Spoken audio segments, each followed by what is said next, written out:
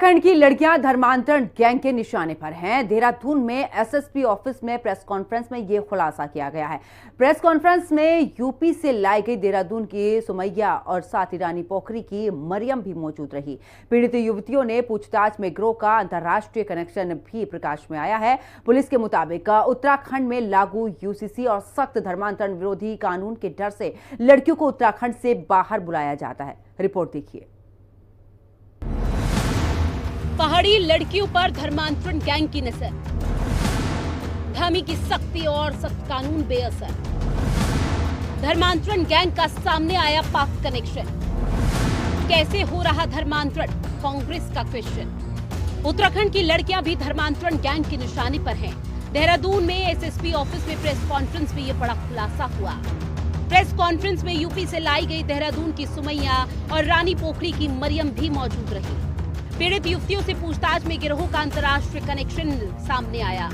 सुमैया को अरबी और इस्लामिक शिक्षा ऑनलाइन दी जा रही थी। सुमैया पेंटिंग कला के जरिए दिल्ली के अब्दुल के संपर्क में आई थी। पुलिस ने बताया कि 18 जुलाई को रानी पोखरी में मरियम नाम की युवती के परिजनों की शिकायत पर दर्ज मुकदमे की विवेचना के दौरान ये बड़ा खुलासा हुआ। पुलिस के मुताबिक पीड़िता मरियम से जुड़े उक्त मामले में गहनता से पूछताछ करने पर यह ज्ञात हुआ है कि इससे जुड़े एक मामले में देहरादून के प्रेम नगर क्षेत्र की एक अन्य लड़की और सुमैया भी इस मामले से जुड़ी हैं। विवेचना में पाया गया कि दोनों मामले एक ही गिरोह से जुड़े हुए हैं, जिनके संबंध में आगरा पुलिस ने धर्मांतरण गिरोह से जुड़े कुछ लोगों को गिरफ्तार किया है। देहरादून पुलिस ने आगरा जाकर स्थानीय पुलिस से संपर्क कर गिरफ्तार लोगों के संबंध में विस्तृत जानकारी प्राप्त की। पुलिस के मुताबिक धर्मांतरण गैंग के लोग उत्तराखंड की लड़कियों को कहते थे कि उत्तराखंड में यूसीसी लागू है, सख्त धर्मांतरण विरोधी कानून लागू है, इसलिए उनका उत्तराखंड सुरक्षित नहीं है, इसलिए वो दिल्ली में आए। उत्तराखंड में क्योंकि एक कानून बन गया है और यूसीसी है, तो वहाँ पर हमारा आ पाना या फिर आप लोगों के लिए कुछ कर पाना बड़ा मुश्किल है। तो बेहतर रहेगा कि आप उत्तराखंड से बाहर निकलिए। तो इसलिए इसको जो एक पीड़िता है सुमैया, इसको 3 बार दिल्ली बुलाया गया और इसका पासपोर्ट बनाने की बात चल रही थी। इसी तरह से जो दूसरी पीड़िता, उसको भी कहा गया कि तुम दिल्ली तक पहुंच जाओ, उत्तराखंड में हम तुम्हारी कोई हेल्प नहीं कर पाएंगे। पुलिस का कहना है कि अब तक की विवेचना से प्रकाश में आया है कि आगरा पुलिस द्वारा गिरफ्तार 6 आरोपियों को कोर्ट से वारंट भी लेकर देहरादून लाया जाएगा और उनके विरुद्ध कड़ी कानूनी कार्रवाई की जाएगी। साथ ही 2 अन्य आरोपियों की गिरफ्तारी के लिए टीम बनाकर कार्रवाई की जा रही है।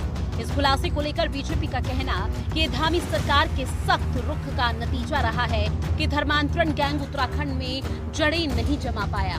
वहीं कांग्रेस का कहना कि अगर इतनी ही सख्ती है तो फिर उत्तराखंड की लड़कियां कैसे अवैध धर्मांतरण गैंग के चंगुल में फंस गई।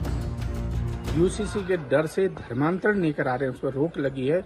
वो आज दिल्ली और उत्तर प्रदेश या अन्य राज्यों में जाकर धर्मांतरण करा रहे हैं और उत्तराखंड की भोली भाली लड़कियों को बहला फुसलाकर अन्य स्थान पर बुला रहे। निश्चित रूप से सराहनीय कदम है और एक बात ये साफ है कि अब उत्तराखंड की सीमाओं के अंदर धर्मांतरण कराने वालों का या धर्म के ठेकेदारों का कोई स्थान नहीं रहा है। अगर ऐसे लोग उत्तराखंड में पकड़े जाएंगे, निश्चित रूप से ऐसे लोगों के खिलाफ कठोर से कठोर कार्रवाई होगी। पुलिस का कहना है कि महिला ने ये बयान दिया है कि यूसीसी की वजह से वो लोग जो हैं उत्तराखंड में नहीं आना चाहते थे और धर्मांतरण की गतिविधि यदि हुई है तो मैं समझता हूँ इसमें गंभीरता के साथ, बहुत सतर्कता के साथ जांच की जानी चाहिए।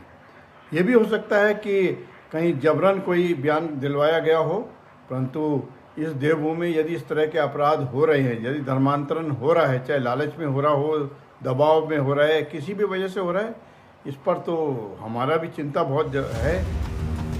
देहरादून पुलिस मामले की गहराई से जांच की बात कह रही है, लेकिन इस मामले से ये सवाल खड़ा हो गया है कि राज्य में धामी सरकार की यूसीसी और सख्त धर्मांतरण विरोधी कानून का इतना खौफ हो तो धर्मांतरण गैंग कैसे देवभूमि की लड़कियों को अपने चंगुल में फंसा ले रहा है। देहरादून से संवाददाता दीपिका भंडारी के साथ ब्यूरो रिपोर्ट, हिंदी खबर।